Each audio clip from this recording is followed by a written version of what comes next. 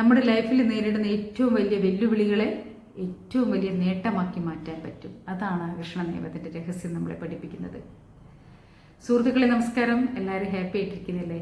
കഴിഞ്ഞ കുറച്ച് ദിവസങ്ങളായിട്ട് നമ്മൾ ആകർഷണ നിയമം അഥവാ പ്രകൃതിയുടെ നിയമം അത് മനസ്സിലാക്കി ഫോളോ ചെയ്ത് ആഗ്രഹിച്ചതെല്ലാം എങ്ങനെ നേടാം, എങ്ങനെ നമ്മുടെ ലൈഫ് സക്സസ്ഫുൾ ആക്കാം എന്നൊക്കെ പഠിച്ചുകൊണ്ടിരിക്കുകയാണ്. പലരും ഈ ബുക്ക് വാങ്ങിയിട്ടുണ്ട്, ഫോളോ ചെയ്യുന്നുണ്ട്. പലരും എന്നെ ഡൗട്ട് ക്ലിയർ ചെയ്യാൻ വേണ്ടി വിളിക്കുന്നുണ്ട്. ഒരുപാട് സന്തോഷം. അപ്പോൾ ഇന്ന് നമ്മൾ പഠിക്കാൻ പോകുന്നത് ലോകത്തിൻ്റെ രഹസ്യം എന്നുള്ളൊരു ചാപ്റ്ററാണ്. വളരെ സിമ്പിളാണ്, ചെറിയൊരു ചാപ്റ്ററാണത്. എനിക്ക് മനസ്സിലായ കാര്യം ഞാൻ നിങ്ങളായിട്ട് ഷെയർ ചെയ്യാണ്. അതിൽ പറഞ്ഞിരിക്കുന്നത് ഒന്ന്, അസ്വസ്ഥമായ കാര്യങ്ങളിൽ നിന്ന്, ചുറ്റുപാടുകളിൽ നിന്ന് ഈ ലോകത്ത് നിന്ന് വിട്ടു നിൽക്കാനാണ്. അതെന്താണ്? ഏറ്റവും സിമ്പിളാണ്. ചില സമയങ്ങളിൽ നമ്മളെ തേടി ചില വാർത്തകൾ വരും. എല്ലാവർക്കും ഇല്ല, പലർക്കും അത് തന്നെയായിരിക്കും പിന്നെ മനസ്സിലുണ്ടാവുക. ഇതിന് ഏറ്റവും വലിയ കുറേ ഉദാഹരണങ്ങളുണ്ട്. നമുക്കിപ്പോൾ വാട്സപ്പ് ഗ്രൂപ്പുകൾ, ഫ്രണ്ട്സുകൾ, ഇവരെല്ലാവരും നമുക്ക് ചില സമയങ്ങളിൽ ചില പിക്ചറുകൾ, ചില വീഡിയോസൊക്കെ സെൻഡ് ചെയ്ത് തരും. നമുക്ക് മനസ്സ് വല്ലാതെ ആയിപ്പോകുന്ന വീഡിയോസാണത്, അല്ലെങ്കിൽ പിക്ചറുകളായിരിക്കും. നമ്മുടെ ഉള്ളിൽ പിന്നെ അത് തന്നെയായിരിക്കും ചിന്ത. ഞാനിപ്പോൾ അത്തരം പിക്ചറുകളൊന്നും കാണാറില്ല. എൻ്റെ കുറച്ച് ഫ്രണ്ട്സും അത് ഓപ്പൺ ചെയ്തു പോലും നോക്കാറില്ല. അപ്പം അത്തരം പിക്ചറുകളും വാർത്തകളൊക്കെ നമ്മൾ സെൻഡ് ചെയ്യുമ്പോൾ നമ്മളൊന്ന് ശ്രദ്ധിക്കുക. നമ്മളത് കഴിയുന്നതും അവോയ്ഡ് ചെയ്യുക. നമ്മൾ മനുഷ്യൻ സാമൂഹ്യ ജീവിയാണ്. നമുക്ക് ഈ സമൂഹത്തിലുള്ള വാർത്തകളും കാര്യങ്ങളൊക്കെ അറിയണം. പക്ഷേ അതറിഞ്ഞ് നമ്മൾ അതിൽ തന്നെ ആഗിരണം ചെയ്യാതിരിക്കുക. അതിനെ കൂടുതൽ അസ്വസ്ഥമാക്കി, മനസ്സ് അസ്വസ്ഥമാക്കി ആഗിരണം ചെയ്യാതിരിക്കുക.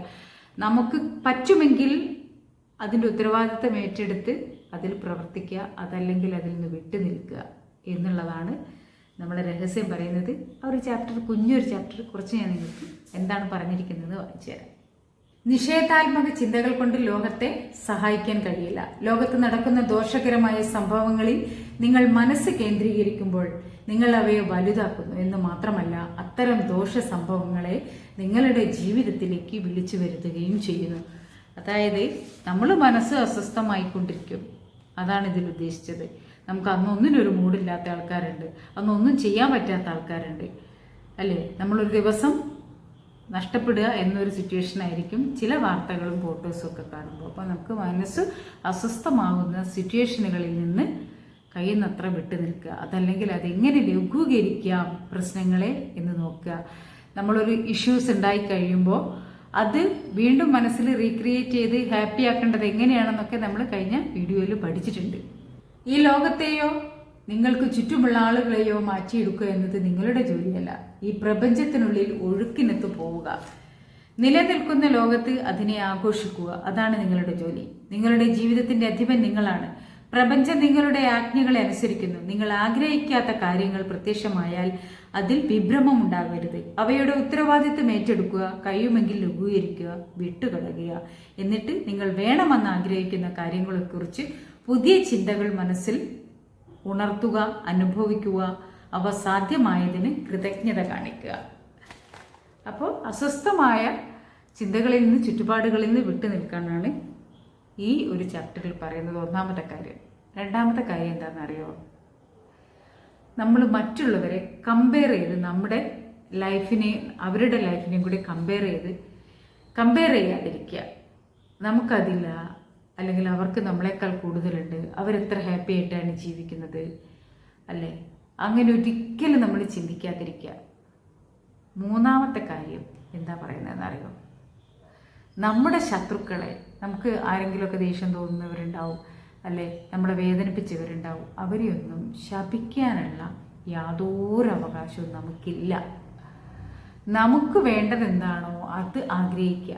മറ്റുള്ളവരെ കാണിക്കാൻ ആവരുത് ഒരിക്കലും നമ്മുടെ ഉയർച്ച. മറ്റുള്ളവരോട് പ്രതികാരം ചെയ്യാനാവരുത് നമ്മുടെ ലക്ഷ്യങ്ങൾ.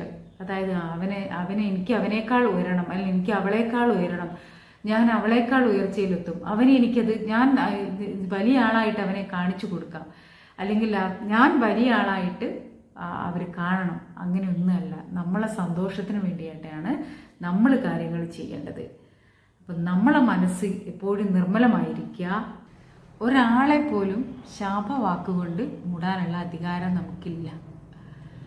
ആശീർവദിക്കുകയും പ്രകീർത്തിക്കുകയും ചെയ്യുമ്പോൾ എല്ലാ നിഷേധാത്മഭാവങ്ങളും അപ്രത്യക്ഷമാകുന്നു.